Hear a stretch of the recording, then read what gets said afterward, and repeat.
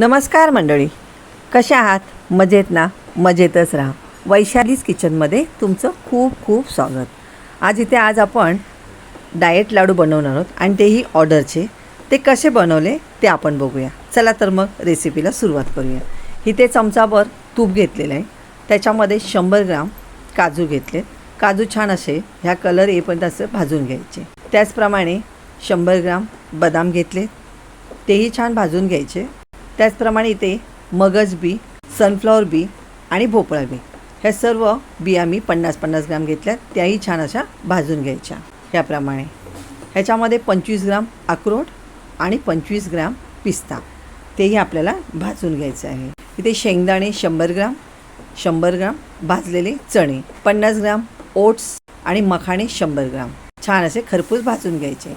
इथे तीळ 50 ग्राम, आळशी 25 ग्राम, हलीम 25 ग्राम आणि सब्जाचं बी 25 ग्राम हे आपल्याला छान असं खरपूस भाजून घ्यायचं आहे.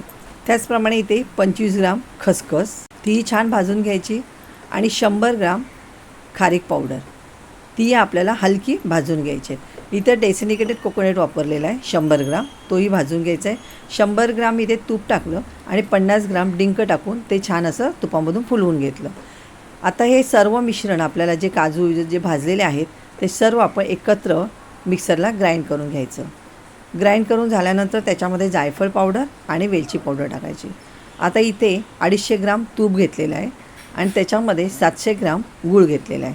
गूळ छान असं तुपामध्ये वितळून घ्यायचं, जास्त घट्ट करायचं नाही. गूळ वितळलं की त्याच्यामध्ये जे मिश्रण बनवले ते टाकून एकजीव करून घ्यायचं आणि गरमागरम जेव्हा असेल त्याच वेळेस लाडू वळायला घ्यायचे.